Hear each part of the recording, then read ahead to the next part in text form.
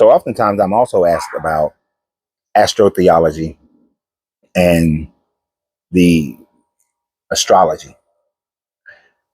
And I have about as much faith in astrology and astro-theology as I do in the Bible. That is why sometimes when people ask me what my sign is, I first laugh, because I know that these things absolutely have no bearing on my life, even though there can seem to be some circumstantial evidence of it. If you were to do a birth chart for me, you will find that many of the things in my birth chart do accurately describe my personality. But all those things are more a condition of environment, more so than they are of what the stars, the placement of the stars and the planets and things of that nature, the sun and the moon, when I was born. My environment has dictated my personality more so than anything else. And the rest of it is the genetics that I received from my mother and my father and all their parents and grandparents beyond them. The DNA, the Akashic record. So one of the reasons why I have a problem with astrotheology and astrology is demonstrated here. Now, it is not without reason to say that many of the things that are written are based on astrotheology, that Jesus coming into his ministry at 30 and going out at 33, which is the sun comes into a one of the great year signs, Pisces, at 30 degrees and goes out into the great year portion that is the Aquarius at 33 degrees. These things are astrotheology, that they saw a star in the sky and it foretold of a great king being born. Astrotheology. It is no doubt that the people of ancient times believed that the stars and the sun and the moon and the planets determined what was going to happen here on Earth, and they went to war or not go to war, or they planted or did all these things based on astrotheology. Any farmer who looks at it, or if you look at the almanac, you will see that you begin to plant at the end of the first full moon of the year, which is usually around the end of March and April. This is why the resurrection is during that time frame. Astrotheology. I cannot deny that astrotheology is part of it, but the problem is that astrotheology is not correct. That science has demonstrated that it is not correct, and I will show you how and why that is the case. So many of the things that you will find in astrology, and one of the biggest ones that I found the most fault with, comes actually from a astronomer in the ancient times in the 2nd century CE. His name was Cassius Ptolemy.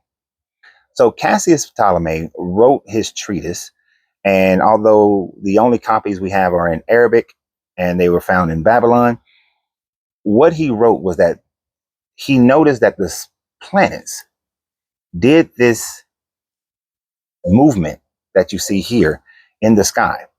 And so because the planets did this movement, astrologists have this term called retrograde, meaning that the planet is moving backwards. And so the ancient people thought that planets moved backwards. And because they moved backwards, those planets were in retrograde. Well, we know today that planets do not move backwards. So there is absolutely no such thing as retrograde. It is merely our perception of the planets. And this perception was created. Why? Because what Cassius Ptolemy did not realize is that the Earth was not the center of our solar system. You see, he plotted out everything based on the preconceived notion that the Earth was the center of our universe and the center of our solar system. And that's how ancient cosmology was for the overwhelming majority of societies around the world, uh, from that time and back, and even forward until we get around the 15th century and Copernicus comes around. And when Copernicus came around, Copernicus realized that the reason why the predictions and the math was not working based on Cassius Ptolemy's discoveries is because the Earth wasn't the center. So when he then implemented that maybe the sun is the center of our solar system or the center of the universe, all of a sudden, a lot of the math worked, a lot of the predictions worked, and more of them worked that were failing with Ptolemy. So we upgraded our knowledge, we upgraded our understanding, and even though the church would not accept it, it turned out to be mostly true. Now, the reason why I say it was mostly true because Copernicus and Galileo and many other astronomers thereafter, they were very much Christian. And because they were Christian, they believed that God was perfect in all his creation. So why wouldn't the earth move in a perfect circle around the sun? And why wouldn't the planets move, all the other planets move in a perfect circle around the sun? This is why many of your pictures will demonstrate that the earth and all the other planets are moving in this perfect circle around the sun, because Copernicus thought that since God is perfect, everything must move in a perfect circle. I mean, what's more perfect than a perfect circle?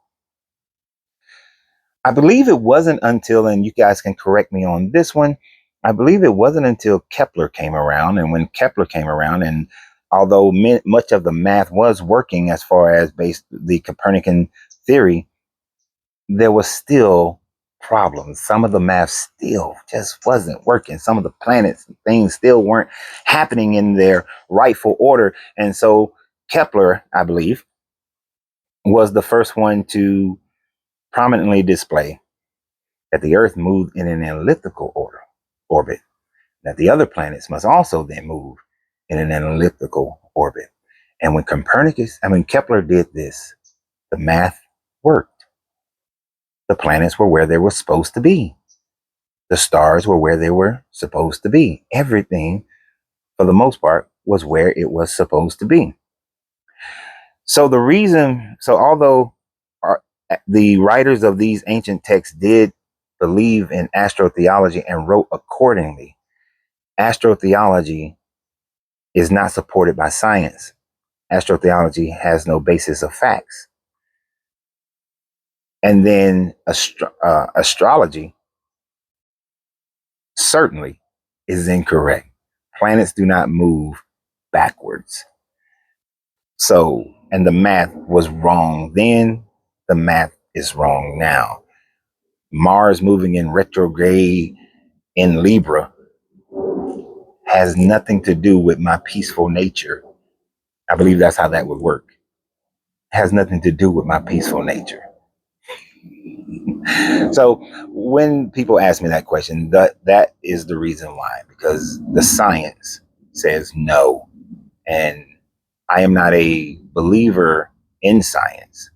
I am a believer of the science. So what do you guys think? Are you in the mindset of thinking that all these astrological things actually tells the world what's going to happen? Do you believe in astrotheology, or do you believe in astrology?